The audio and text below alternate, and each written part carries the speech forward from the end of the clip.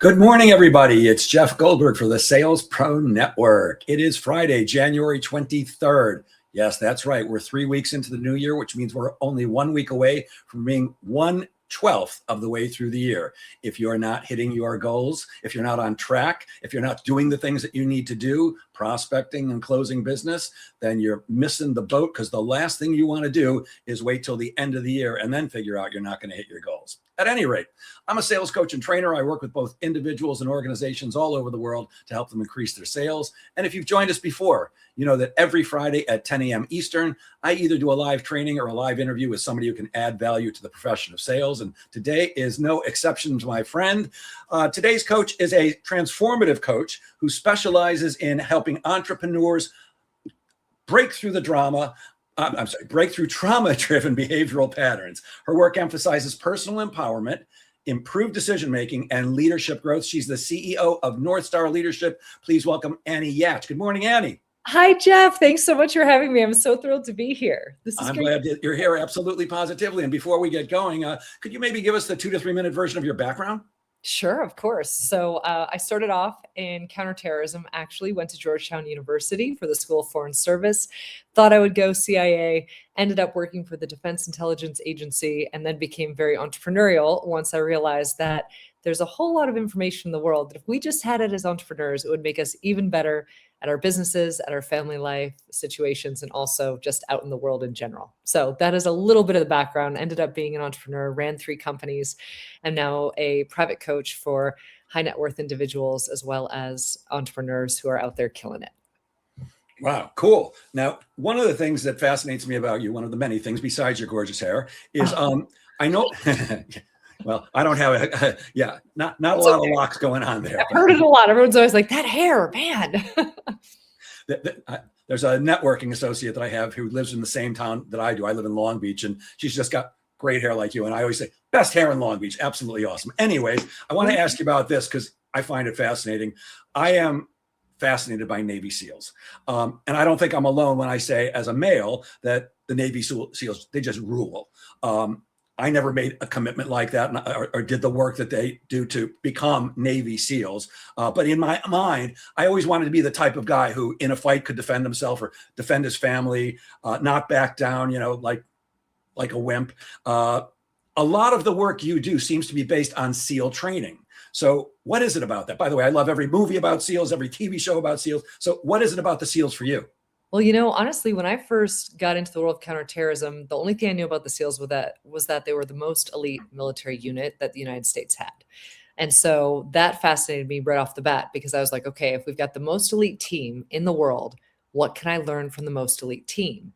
And really, as I started getting to know, and I worked with a lot of SEALs, not necessarily, I wasn't in SEAL training, women can't be SEAls, but what I did was I met so many SEALs in one part of my occupation that I started to watch for the patterns. And I started to ask them questions about, okay, how do you guys plan these impossible missions? And how do you actually succeed almost 100% of the time?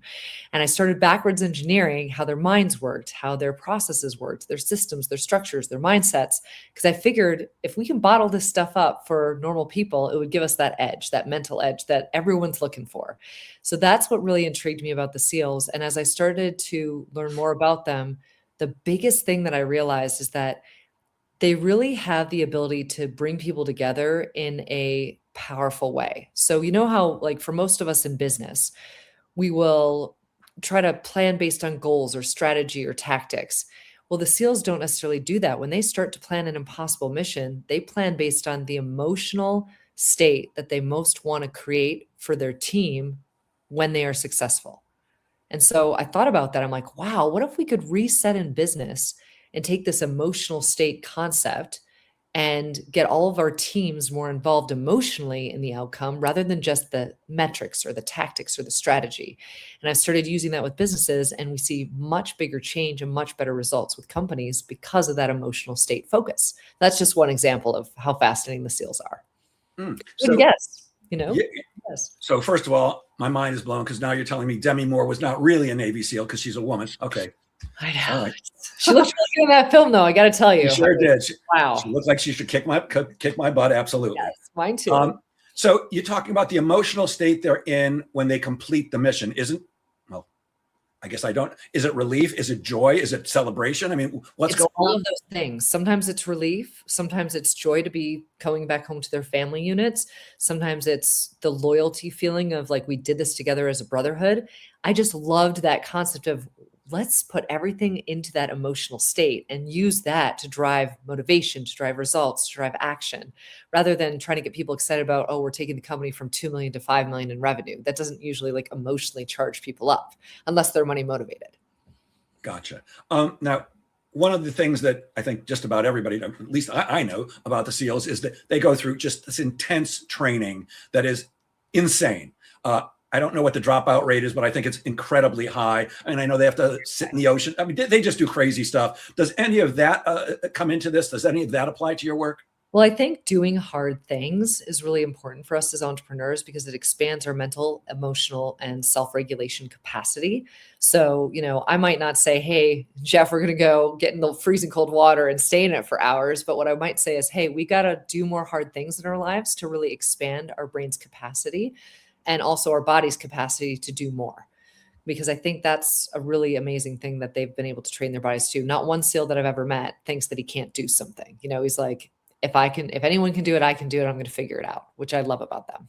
Yeah, I like that too. And I promise I'm not going to spend the entire hour asking about the SEALs. But oh, now I forgot the question. I just came up. All right, we'll move on. There was something else about the SEALs. All right, we'll figure it out. So you work with high performers.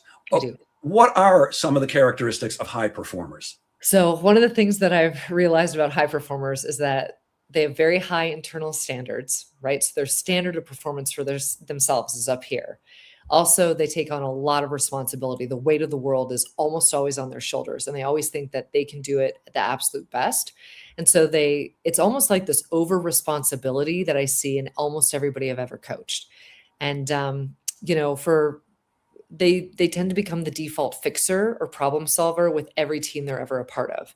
And that puts a lot of pressure on people because once you're really good at problem solving and putting out fires, people tend to want you to keep doing that instead of being more actively engaged in different parts of the business. So they tend to get stuck in that fix it problem solver mode. Sorry, I'm nodding because I'm seeing myself because I am one of those fix-it guys. Give me your problem. Here's how you do it. My sister and I are dealing with my mom who's got Alzheimer's and stuff like that. And, she unfortunately for her is in Las Vegas with my mom. I'm in New York. So she has to do most of the work, which it hurts me that I'm not there to help her, but she's constantly calling me because I'm kind of the calmer person and that kind of thing. And I'm more logical and it is the fixer. And I do notice every time it's like, okay, here's what you should do. Then 10 seconds later, it's okay. Now what do I do? So do we train people to not think for themselves when we're the fixer? We actually do. And that's one of the biggest gaps that I find with entrepreneurs. So I'm going to drop a little bit of a mic drop moment here. The thing that I want all entrepreneurs who are listening to think about is the fact that if you've thought in your head at any point in time, this is just common sense. Why can't this person figure it out? That's actually not true. Whatever you think is common sense is actually your particular form of genius as an entrepreneur. What you think is common sense is not common sense for anybody else. So it's important that you really dive into how your common sense is actually your genius zone and you start bringing that out into the world a little bit more often. Because most entrepreneurs, they do not communicate their standard of performance with their team. And so the team can never meet them because they hold it inside thinking it's just common sense that everybody has because they don't value that part of themselves. Amazing. I just remembered my question, my other question about the SEALs, and I have to go back to it.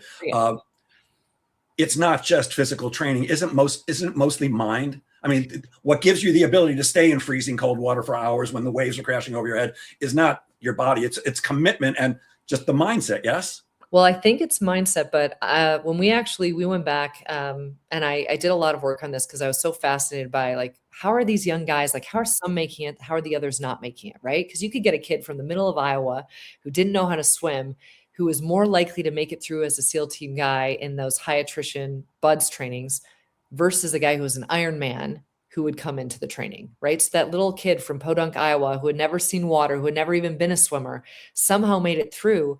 But the guy who was the Ironman didn't. That just fascinated me. But what I discovered and what I learned from talking to a lot of these SEALs is that it really goes back to this concept of self-regulation. And self-regulation is the ability to mentally, emotionally, and physically manage yourself. So while yes, there is an emotional and mental component, the physical is also linked into that. And what I tell people is I'm like, if you want to get to be a high level performer, even past where you are right now, you have to focus a lot more on this concept of self-regulation, managing yourself emotionally, mentally, and physically. And most people do not have the emotional mastery to get themselves to that level because they focused on the physical or the intellectual, logical.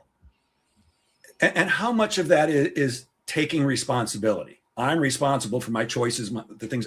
Does that play a part of it? I think ownership is big. I mean, for any of us that read Jocko's book, right? Jocko Willink's book, The Other Seal, like extreme ownership is important. We have to look at ourselves. If we don't look at ourselves, we're missing the biggest gap that we can overcome. So I would agree with that. I do think, though, that mindset is a big part of it, right? Like that podunk kid out of Iowa who had never swum and who's been lifting hay every day. He's just like, it's just another day where I suck at everything. And that mentality, as weird as that sounds, he will make it through because he's just sucking for another day, right? Versus an Ironman guy who's like the top of the pack, always winning. He goes into that environment. All of a sudden, he's not winning now. His whole body shuts down because it's like, oh my God, I'm not winning. I'm not the best. I'm not doing as good as I should be. It really messes with the mind. Mm. I'm sorry to keep flipping around because you say things and then I remember I want to talk about that. You mentioned, that's your genius. And I can't tell you how often I'm coaching somebody or training people and I'm going, how do you not know this? How could you possibly not know this? Thank goodness they don't, because that's how I get paid. But it is constantly that. And that actually is I'm not calling myself a genius, but my area of expertise is the stuff that I can't believe they don't know. So I get it completely. Let's talk. I know you work mostly with leaders. Why are most leaders burnt out? What's the cause? This is the thing that everyone is starting to now focus on. The cause of burnout for leaders is because they've been using a survival-based operating system. What this means is that they've been running off of fight or flight in their nervous system, which hijacks their ability to make decisions in a calm way. Almost every decision feels urgent. The other thing that happens is they've got this fear that is running a lot of their programming from when they were a young kid.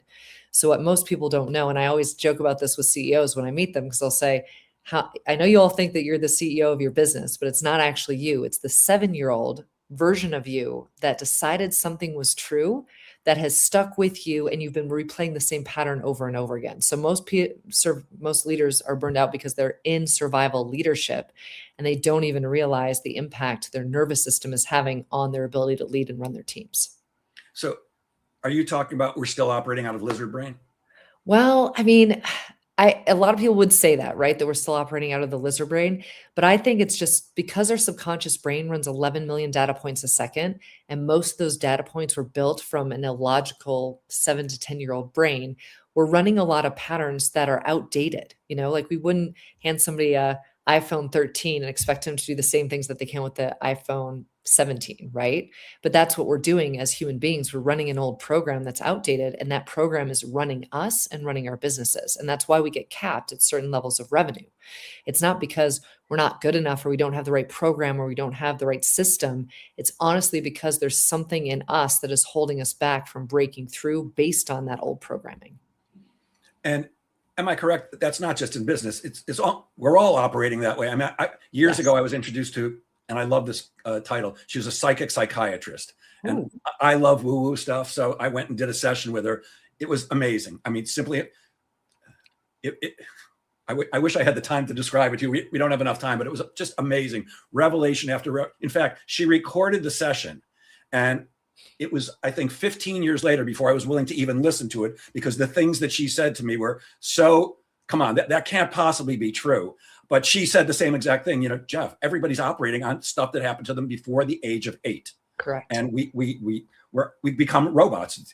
We're programmed by the age of 8. And unless we somehow train ourselves, or I don't know what you have to do, but to break free from those 6 or 5-year-old thoughts, because we're not 5 years old, but we're operating as if that, yes? Correct. 100%. Dead on. That is accurate.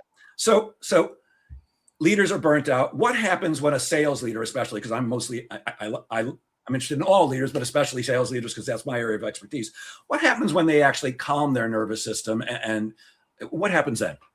Well, the things that I've seen is that, number one, they make better decisions and they pull in more deals. Like I consistently get texts from some of the clients I work with, and they're like, We got 3 more deals this week. I got 3 more deals today. You like the deals they're able to make happen from energy and all these things being adjusted. It's amazing to watch.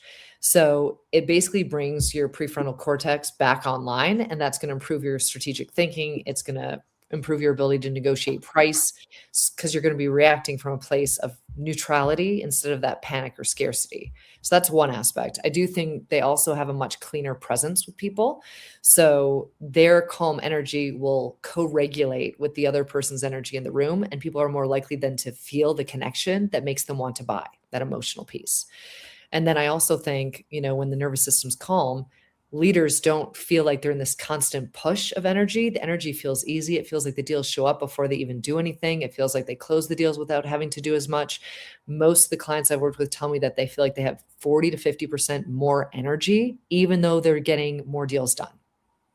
Huh. So So they're not driving themselves into the ground with the hustle and the grind. yeah, I'm just curious about this because I'm betting that this is the same thing for you, although I could be wrong. My coach, when I first started working with her, when I was talking to her about working with her, said, look, Jeff, if you're coming to me to make more money, don't bother. That's not what I'm about. I'm about helping you be the best version of yourself. But everybody who works with me makes more money. And it was 100% true. Of course, I want to be the best version of myself, and I wanted to make more money. And miracles happened from working with this amazing woman. Again, I could go on and on about that. And I did make more money. And am I correct that your goal is not to help people make more money? It's to help them be the best leader they can be? Yep. My goal is it's basically to optimize every part of their brain that allows them to get out of the old patterning. Right. And so they will make more money for sure.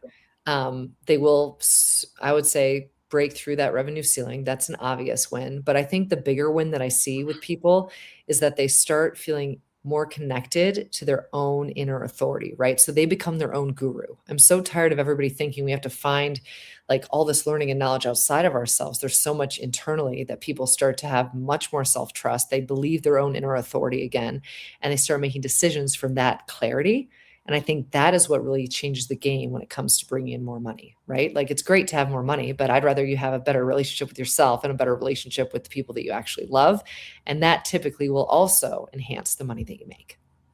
Got it. And how often do you, maybe this is common, how often do leaders think they've got to get everything done themselves? And I'm asking because I've managed sales teams of up to 45 people, and I would walk around, and this was an inside sales team, so I'd walk around plugging my earphones so I could listen to their conversations. And it was everything I could do to stop myself from grabbing the phone out of their hands most of the time, go, let me show you how to do this, which I probably would have closed a deal that they might not have, but it doesn't help them really.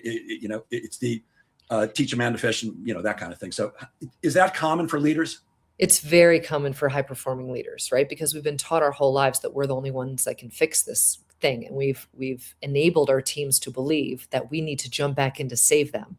So one of the biggest things I'll notice with companies and CEOs that I work with, and it doesn't matter how much money the company's making, whether it's 2 million or 1.2 billion, right?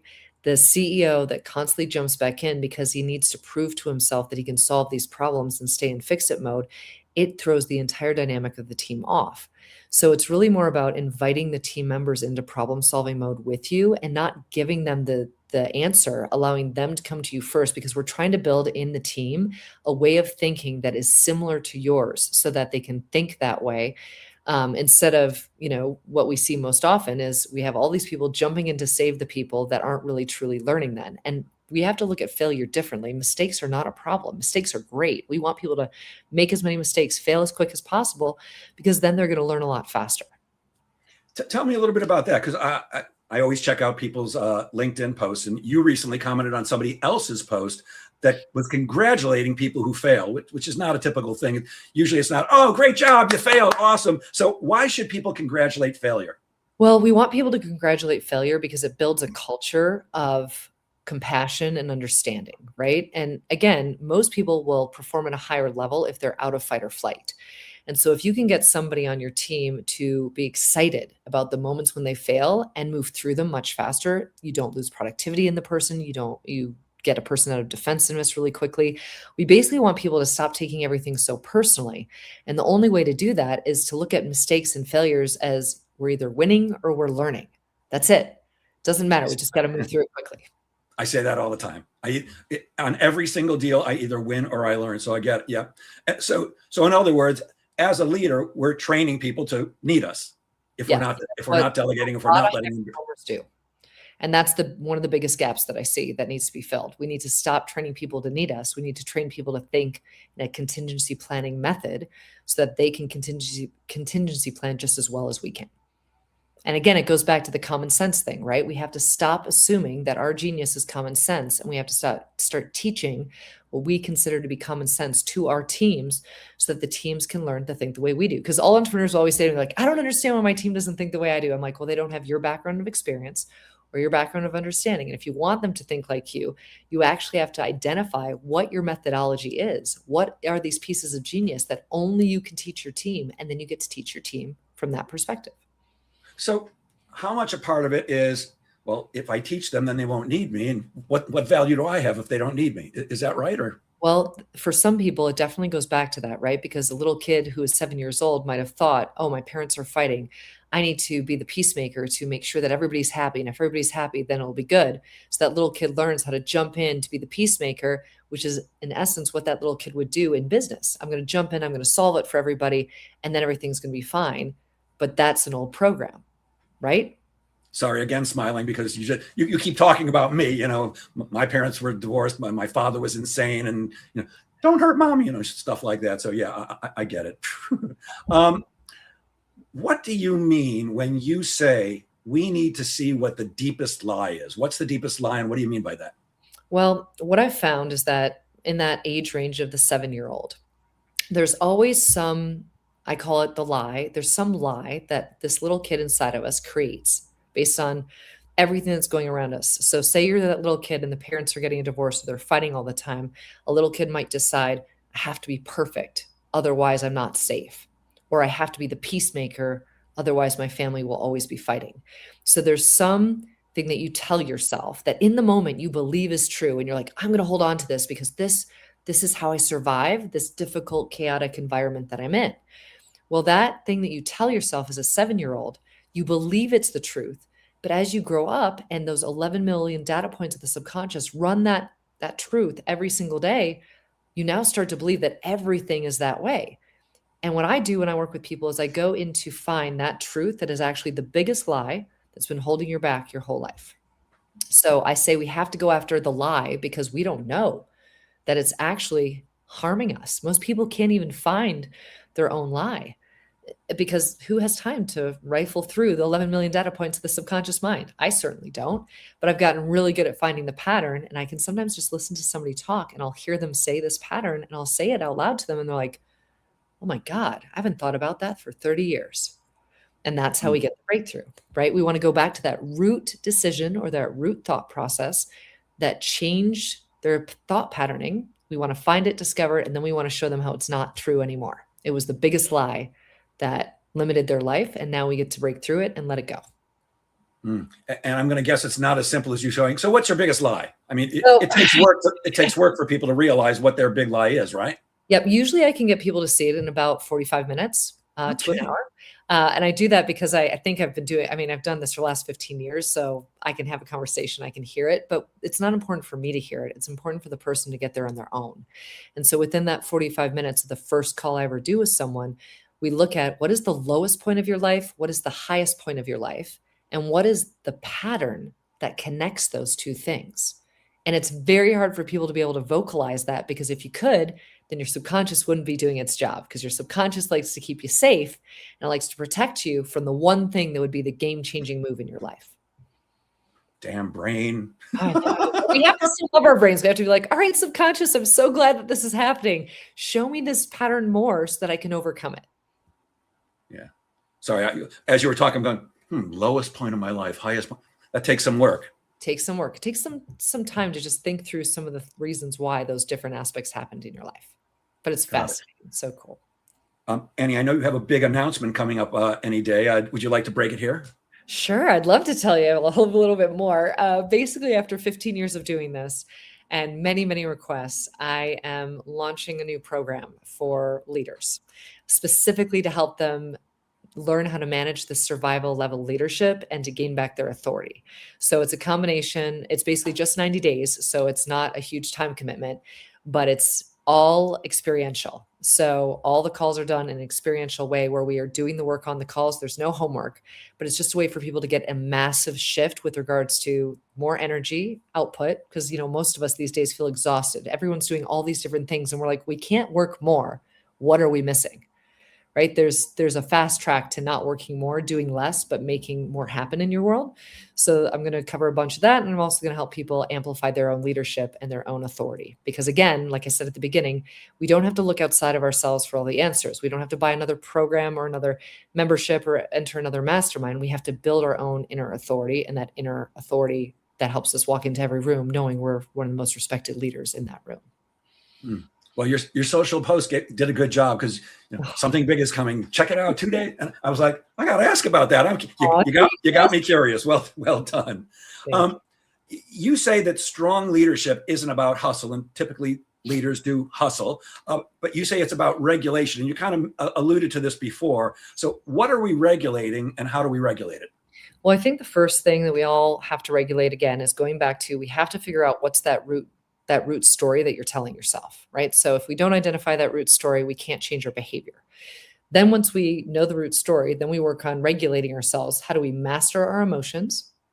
How do we engage our body and our I guess that intelligence of the body to move us forward? And then how do we boost our neurochemistry to help us take all of our thinking to a new neural pathway? Because again, right, a lot of that 7-year-old thought process is stuck in an old neural pathway that's really low. It's down here, and we want to boost ourselves to this higher place with our neurochemistry. So when I work with people on self-regulation, we're covering the emotional mastery piece. We're covering, how do I regulate myself physically in my body so that my body can produce more for me and I have more capacity? And then we start boosting the neurochemistry so that you have more serotonin, more oxytocin, more dopamine, so it feels easier to do things that used to feel like a heavier lift. And what you're talking about are typically referred to as the happy chemicals, right? All the good happy chemicals, yes.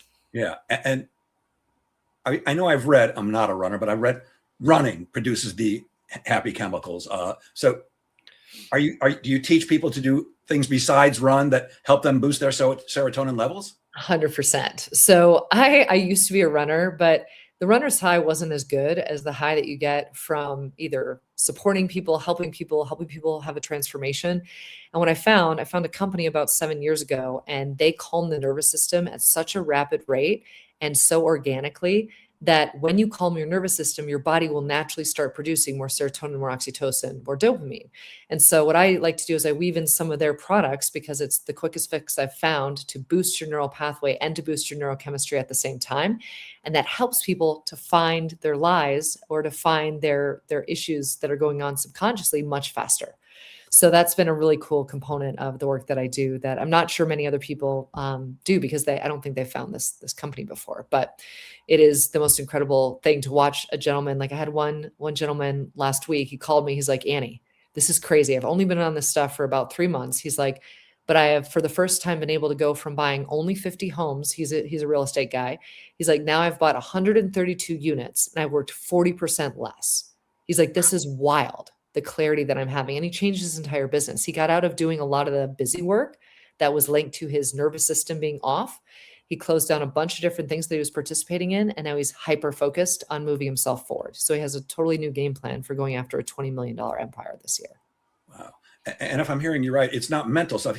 There's some pills or supplements or something that he's taking? Yep, there's a supplement. It's a microbiotic intelligence technology. And so you spray it. I actually have one of the bottles here. I use it before calls sometimes if I get a little bit stressed. This one is the one that releases cortisol. So you can spray it in your mouth, real simple, just like, and then within a couple of minutes, you feel your whole nervous system calm. It's pretty beautiful. Wow. I know. And it looks like nothing. It tastes like water, looks like water. Everyone's like, is this water? And I'm like, why don't you try it? They try it and they're like, this is not water. I'm like, I know. And is this something you sell, or you refer people to I a don't company? sell it. I just met the company owner about 7 years ago. And, all my clients have asked me, like, how did your energy go from next to nothing to this boundless, effervescent, like loving way of being? I'm like, well, I've changed what I put into my body. And this is one of the things that I changed. So when anybody works with me in this authority shift program, they get access to all the hacks that I've created over the last 15 years. So it's exciting for me because finally I can just give everyone everything at once and be like, here we go, let's roll. Let's do 90 days of like complete transformation together and bring it to a new state. Love that. And I'm not looking to take away anything that you're making money on, but are you willing to give the name of the company, or is this a product we can get through you or something? I'm happy to share it. I'm happy to share it. The company's name is biometech.com. And if you look BIOME? BIOMETECH.com.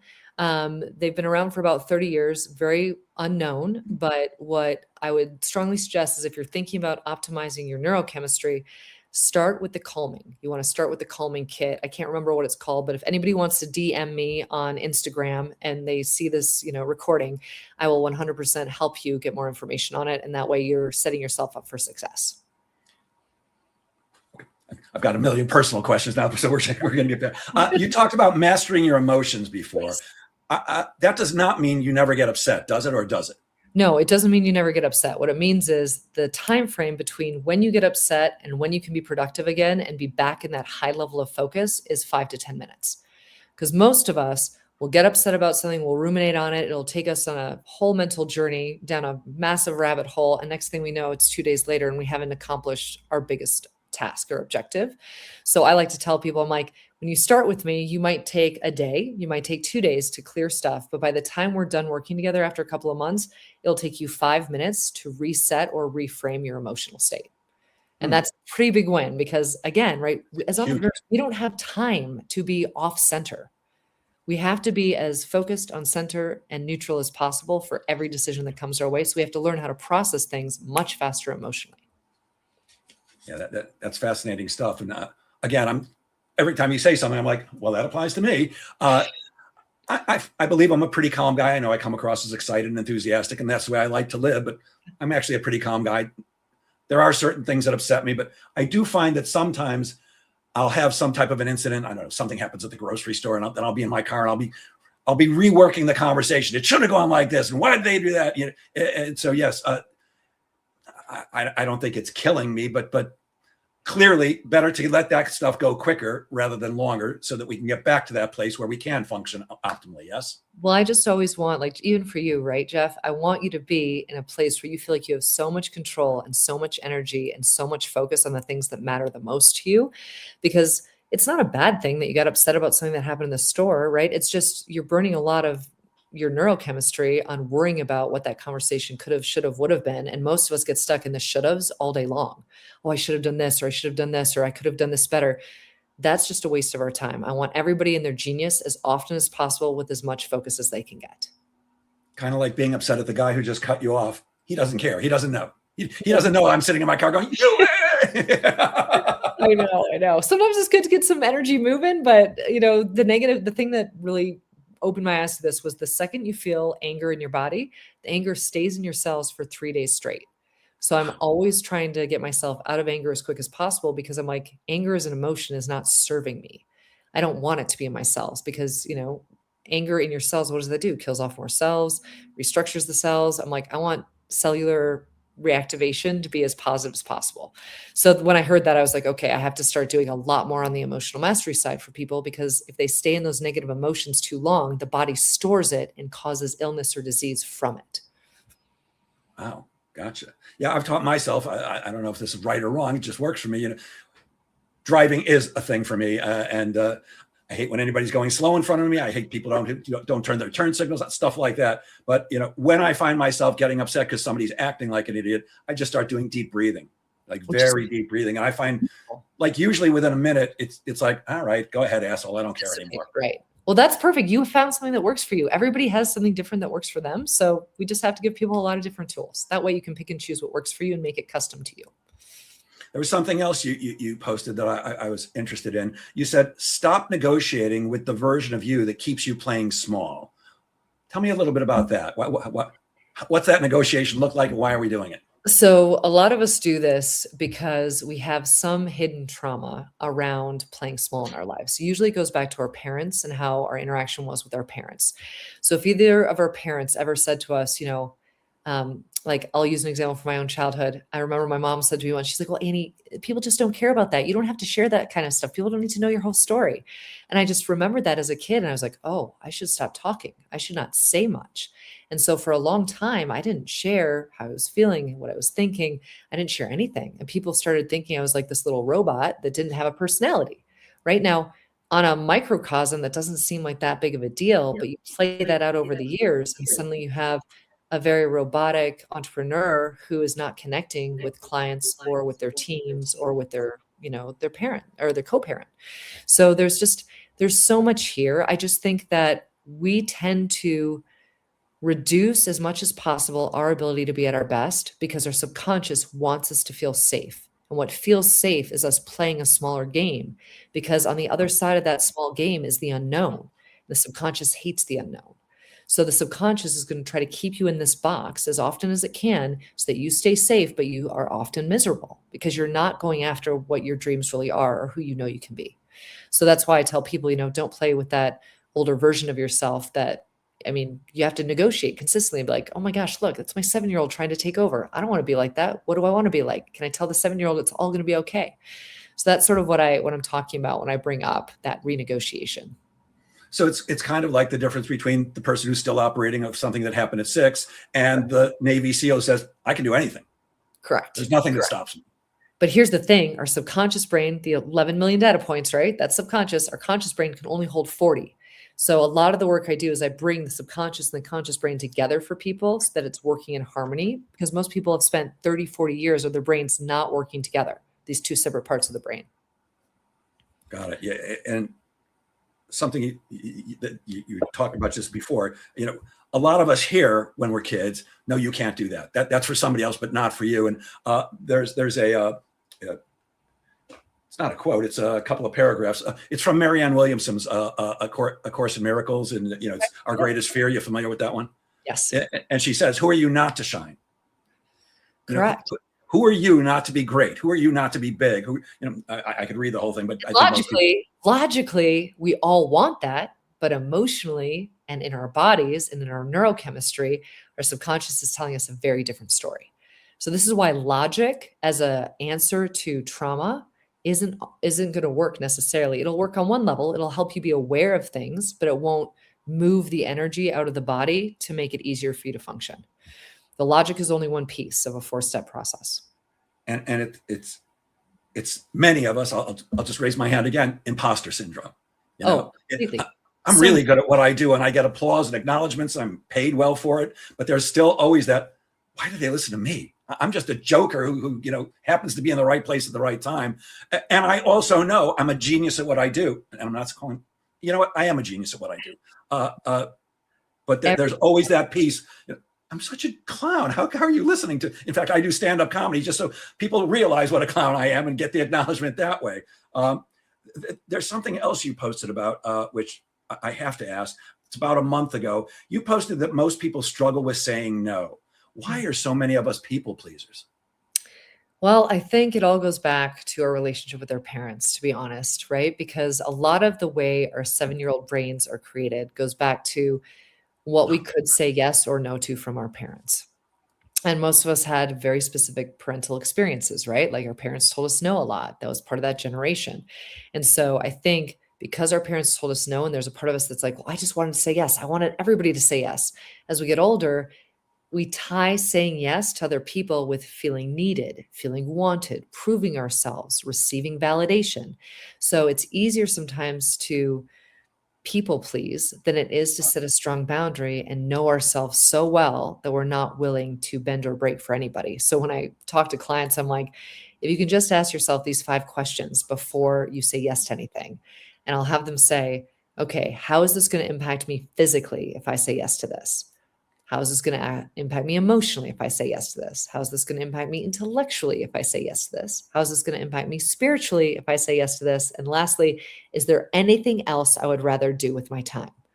So we need to pause before we say yes in order for our mind to calm enough and to be in a non-fight or flight state. We don't want it to be on autopilot that we're saying yes all the time, but that is the pandemic that we're experiencing. We are on autopilot saying yes because we think it'll help us prove ourselves, receive validation, or get something. Where in reality, if we just pause and we're like, I don't know if this is going to work for me. Let me take a moment to think it through and feel into if this is really the right choice.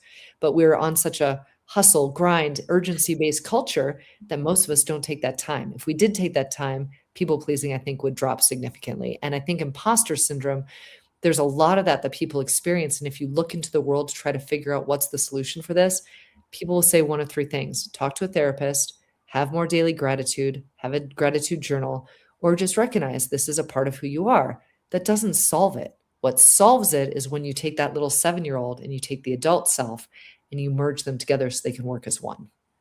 Yeah. I know for me, part of it is that my psychology is that if I don't do the right thing for people, if I don't say yes, that they're going to leave me. My dad, my dad was gone at a young age, and so that's certainly part of my ruling psychology. And I'm pretty sure I've shared this before on this program, but I'll tell you this because it's so funny, anyways. So my best friend, who has now moved away to Florida, but he used to live here on Long Island also, and I live a block from the ocean. The ocean's a block from here right now, and we both love the beach, and he owned his own company. I own my own company. He would call me many a summer morning and say, hey, can you get away this afternoon? I'm going to pick up some sandwiches. I'll bring you a turkey sandwich. We'll go to the beach. And he'd come over and we'd eat turkey sandwiches on the beach. And must have been 15 years in when he called me up one day, can you go to the beach? I'm like, yeah, man, come on. Let's see. He goes, great. I'm going to pick up some turkey sandwiches. I said, awesome. I'll see you later. And I hung up and I said, I don't like turkey sandwiches. I don't like turkey. I don't like turkey sandwiches. And I've been eating them for years and years because that's what he was picking up. And the sudden realization came to me that, why don't I just tell him I don't like turkey sandwiches? And I kid you not, I called up my best friend, and this is from high school. So this is a guy who knows me intimately for years and years. I said, I'm stunned that I'm even saying this to you, but I don't want a turkey sandwich. Can you pick me up a pastrami sandwich? He goes, yeah, sure. You don't like turkey? I'm like, actually, I don't. He goes, Jeff, I've been bringing you turkey sandwiches for years. I said, I know. And there's something that stopped me from saying, I don't want a turkey sandwich. I thought you wouldn't be my friend anymore. And he laughed hysterically. He goes, you're the biggest idiot in the world. I love you. Nothing could stop me from loving you, especially that you don't like turkey. So but this is what people do. This is what we do, right? Because the 7-year-old has told us this person will leave me if I tell them I don't like turkey, right? It's such a small thing, but this happens to everyone. It's not just you, right? Every single person has a story that tells them that if they stand up for themselves, if they set a hard boundary, if they tell people what they want, they will not get it and they will be abandoned. And this is one of the biggest things that I think if more people would understand, that people can only love you when they truly know you. Like, people cannot love you if you're always saying yes to them. It doesn't work that way. Self-sacrifice is not the answer. It just pushes you into a place where you don't even know yourself, right? And this is a small example with the turkey, but it's also big. It's a huge example, right? So I love that you share that, because for anyone listening, if you know there's something that you've always wanted to clarify or tell someone like, nope, that's actually not me, the more you can pick up the courage to have those conversations, the more people will actually love you. The right people will actually love you. I'm just making a note that I think I have to post about the turkey sandwich. You do. That is I love that story. I mean, it was a breakthrough, and such a. How many years? How many years did you eat turkey sandwiches? Years and years of dry turkey sandwiches that I wasn't enjoying. Dry turkey's the worst. Oh. Jeff, I'm so excited. I love this story. Like, see, this is the thing. This story makes me care about you more because it's like a beautiful vulnerability. And when people hear that, they can connect with you on a deeper level, because almost everybody in the world has felt that same way about something. I look forward to hearing from you from a DM saying, hey, Jeff, I spoke to 100 people today. I told them about your turkey sandwich. You wait. I'm going to bring it up. You have my permission 100%. You can use me by name if you'd like to. What's your best advice for people who are done playing small? Well, I think the best advice for people who are done playing small is either find yourself someone who can help you identify the root pattern. Because if you identify that root pattern, you're also going to identify at the same time, if you have a really incredible expert, you'll identify what your gift is for humanity. Because we're all here to bring a gift to humanity, and almost all of our gifts come from our traumatic pattern or that root lie that we've been telling ourselves since we were 7. So a lot of entrepreneurs will come to me and they'll be like, I built this company for 5 years. I don't feel fulfilled. I'm like, well, that's because you haven't done the work to figure out this traumatic pattern. Now that we know the traumatic pattern, this is what you're supposed to be doing. This company was a vehicle for you to do the next thing. And they'll be like, oh my God, I had no idea that this is what I was really wanting to do. And I'm like, well, that's why we're doing this work, because your story will tell you what your gift to humanity is and where the most fulfillment will show up for you. Hmm. Um, and you actually posted about that. You gave 3 examples. Maybe you could expand on them. One was check your calendar. I'm very big on putting everything on my calendar, but I'm not sure that that's what you meant. You also said boundaries first and upgrade your inputs. What do those things mean? Check your calendar, boundaries first, and upgrade your inputs.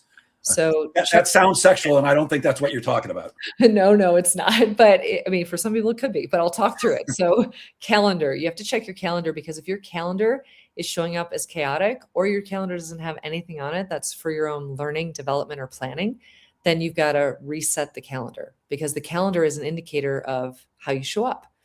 The second piece, what was the second one again? Will you tell me the second one again? Boundaries first. Boundaries first, right? So again, when we're people pleasing all the time, we're not clear on our boundaries. If we're not clear on our boundaries, we don't know what we really need to be in our own excellence. So you have to know your top 3 to 4 boundaries to know your standard of excellence for yourself. And that shout out goes back to Rick Green, who told me this like 15 years ago, and it took me a while to figure it out. So that was incredible. And then the last piece is about the inputs, right? Yes. Okay, so what I've noticed for all the people that are out there that are high performing leaders, right? Entrepreneurs, driving business, hustling and grinding, we're not specific about the inputs into our system. We're watching a bunch of stuff that doesn't serve our subconscious brain. We're listening to inputs from people that do not matter. We're basically flooding ourselves with technology and also news, which is not super helpful for staying in a positive mindset.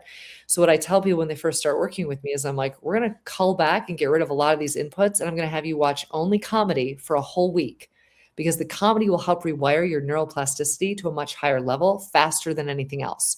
And if you think about it this way, the only thing we can control is what we choose to focus on and give our attention to. So if we're allowing tons of inputs to come in and none of those inputs are in alignment with what we want to create in our world, then we're literally sabotaging ourselves. And the 7-year-old is allowing it to happen to keep you safe and in your box. Hmm. So that's why I talk about those 3 things. So is there any advice you have for someone like me who feels that I absolutely have to stay up on what's going on politics, because the world is crazy as far as I'm concerned? But I also know that what you said is 100%. I mean, you could be Tony Robbins himself, who I consider to be the greatest motivational speaker maybe ever.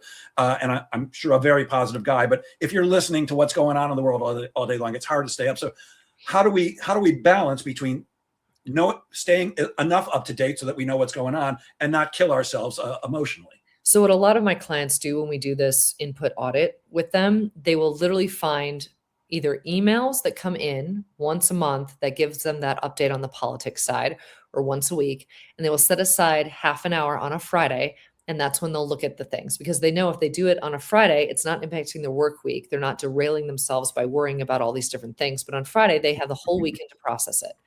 And so it's a 30-minute review of key emails that they have hand selected that give them the summary of what's occurring in the world. So we just like to be really careful, because anything you put into your brain is going to either derail you or keep you more focused. So I'm psychotic about what I allow myself to watch, listen to, hear, or even talk about with people. So it sounds like you're suggesting it may not be the best thing for me to be listening to the news every time I walk the dog. I would say 100%. I would love to get you off of the news and get you into listening to something that is more for, I would say, like, I know this sounds strange, but for you, I would have you listen to a lot of comedy for you, right? Because you're already in that space and you're already— I do that too. I think that's a better plan, because that's going to heighten your emotions and give you a much like higher neural pathway when it comes to joy and purpose. And so I think if we can get you off the news, you're going to see a dramatic change in your energy, as well as how focused your brain is. Yeah, I switch back and forth when I'm in the car. It's either the news or Netflix is a joke, because I love comedy and I love listening to comedians. And what's better than laughing? I mean, Nothing is better for the body than laughter. It really isn't. So dogs, how about dogs? Dogs are amazing. Dogs are wonderful too. I love animals. But I do think, Jeff, if I could ask for one thing, to turn off some of that news for a bit, because I think that you have so much in your brain that is being taken up by the news. It is. I want more of your genius in the world. So if somebody is looking to reinvent themselves, do they have to get rid of everything? I mean, do they have to burn everything down and start from scratch? Or How does that work? No, you don't have to burn everything down. The way I start with most people is we just upgrade the operating system, right? So we look at that old operating system. I explain it in detail to the person so they can see it. And most times the person's like, let's get rid of all this stuff. Like, I don't want any of this stuff impacting me. And I'm like, great. So we're going to get rid of the operating system. Doesn't mean that we don't have a full appreciation for that operating system and how it got you to here. Because everybody's operating system is different, right? Some people's operating systems drive them to 10 million in revenue and they're still unfulfilled. Some operating systems drive you to 2 million in revenue and you're still unfulfilled. All we know is that when you're driving to a large number in business, and you still feel unfulfilled, that's when the operating system is showing you its ceiling. And so that's where we go in and we just look at it, we unravel what it looks like, and then we basically start rebuilding it. So we're not burning everything to the ground. We're just appreciating what got us here, won't get us to the next level. Then we set some new structures in place. It's basically like creating a new scaffolding for the way you think and the way you feel and the way you engage with your body and your nervous system. There was another post you made recently that I found interesting. What does quiet power over loud cliches mean? I think I got it, but could you expand on that? Well, I think quiet power is the kind of authority that doesn't need performance validation or pep rallies, right? It shows up as consistent, positive behavior, having a calendar that matches your values, having boundaries that are kept and that work for you and make you feel powerful, having habits that regain energy for you instead of depleting you. And I think that, loud cliches, people talk about so many things in the world these days. They just are spikes for motivation or spikes for dopamine. They're not this quiet power that is sustainable and continues to build. So I think quiet power comes from within, loud cliches come from without. And I think as a culture, we have to stop looking externally for the answers and we have to start giving ourselves some quiet moments to really reflect and allow our true genius to come out. And that's what I'm obsessed with for people. I'm like, how do we get you to play in your genius more often to allow you to have everything you want in your life? And I found the fastest way to get there is to work with the subconscious to unravel these stories from when we were 7. So it sounds like you're talking about, and I think we've all experienced, sometimes you're maybe at a big event and somebody walks into the room and you're drawn to them. You realize that they're magnetic, and then somebody else walks into the room, they're loud and boisterous, and it's like, it's unattractive, right? And I think we're moving as a culture towards people looking for those quiet powerhouses, those magnetic personalities that are quietly powerful instead of having to be very loud. Because I found everybody who's a loud talker doesn't really have the confidence level of some of the quieter people that observe and assess and know themselves so well that they know exactly when to contribute. I could not agree more with that part, but I think there are a lot of people who are very attracted to that insane, loud craziness. And what I would tell you is the people that are attracted to the loud craziness are people with dysregulated nervous systems that are trying to find those dopamine hits because they think that's what's going to get them further. They're going to burn themselves out. And the quiet people that have done the self-reflection work are going to be taken over. As somebody who works with the brain, and any thoughts on the positives and negatives of social media? I know, you look at social media and you think everybody's living a much better life than you, and everybody's a gazillionaire, and they're flying on private jets, which clearly is not everybody. I think especially for young people, it's incredibly damaging. Any thoughts on that? Yes. So for me, social media is just a tool for connection. When I go into anything with social media, my mindset is always, I only listen to people that know me and love me. And if people don't know me and love me, their opinion has no weight and it doesn't matter. So when I use social media, it's as a tool. It's not as a way to receive validation or to receive acceptance or even to garner approval or support. I could care less. The reason why I have social media is because my executive assistant 4 years ago was like, you've created so much profound change in people's lives. How are you not on social media? I'm like, I don't really have time for it. So for me, it's really different, right? But I think the more all of us could look at social media and be like, it's a tool that we can use to build connection. If we used it for something positive, it could be a huge, benefit, but I think it sucks a lot of our time. So when I talk about inputs again, I don't spend a lot of time on social media because I don't want that input running my subconscious. I want to run my subconscious myself and have a very focused outlook on my life. So I'm not perfect, right? Not perfect, but I try my best.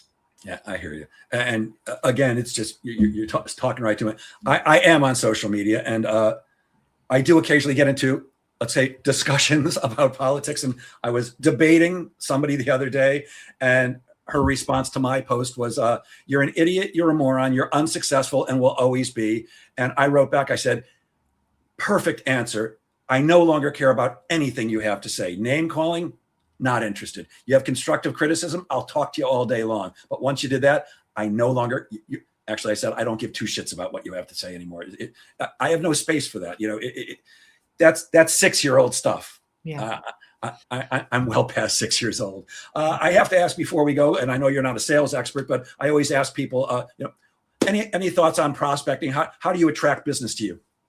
I think what I've learned, which is interesting, this isn't what I would have said 15 years ago, but what I've learned is the energy that you hold and even the way your voice sounds can attract people or push people away from you. So I've spent a lot of time trying to make sure I'm as congruent as possible with everything that I say and that I do and how I show up, because I feel like the more congruent you are, the more attractive that is and magnetic for offers. But I do think that more people need to work on enrolling people emotionally and not just looking at a sales thing as a transaction. There's a long-term relationship there that can be fostered that's even more impactful, I think, as you build sales connection with other people. I love the word you just used, enrolling. And it's a word I use all the time also, because I also have a 90-day program. I don't know what it is about 90-day programs, but for what I call the accidental seller, which would be like you. You're an accidental. I'm a professional salesperson for 50 years, but I don't think you went into coaching to sell. But Absolutely. unless you can sell, you can't help people. You can't serve people. Yeah, I have a 90-day program specifically for people who don't like selling, think salespeople are sleazy, hate asking for money. Everyone who needs that needs you. I gotta say, the more I get to know you, the more I see you in the world. I'm so thankful that people have that place to come to, because selling is not something that is authentic for most people, and they have to make it authentic to themselves. Otherwise they won't be able to sell. So I love that you have that course. I cannot wait to send more people to you. Yeah. Oh, thank you. That would be lovely. And the same here. And yeah, selling is not what most people think it's about.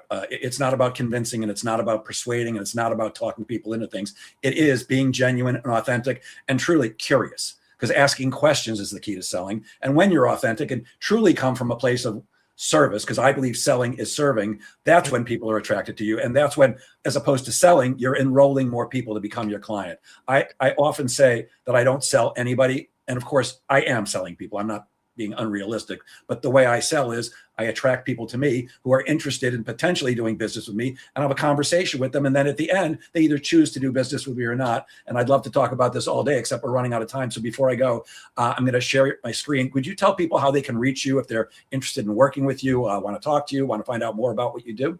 Yes. So the easiest way right now, and everything is about to launch. So if reinventionxo.annie is not fully lit up yet, that's okay. It's coming this week. So just stay tuned. You can reach me on Instagram. You can DM me there. I think right now it's northstarleadership.annie, but as it evolves this next week, it'll be reinventionxo.annie, because again, everyone in life needs to reinvent themselves. Otherwise we get stuck in all the old patterns. And is there a phone number you want to give out, or an email address? People who can see this can see that I just shared on the screen, but this will be a podcast in about a week. And for people who will be listening, how can they reach you? I think the easiest way to reach me is you can always email me, Annie, ANNIE, at reinventionxo.com. Annie Yatch, you are delicious. Thank you so much for sharing your brilliance so generously today. And I'll leave, as I always do, with these words. Gang, please remember that sales is a game of making things happen. Get out there and make sales happen. Have a great weekend, everybody. For those of you who live near me here in the Northeast, get out that snow shovel, because bad things are coming, but stay safe. Thanks, Annie. Thanks, everyone. Thanks so much, Jeff. Thanks, everyone.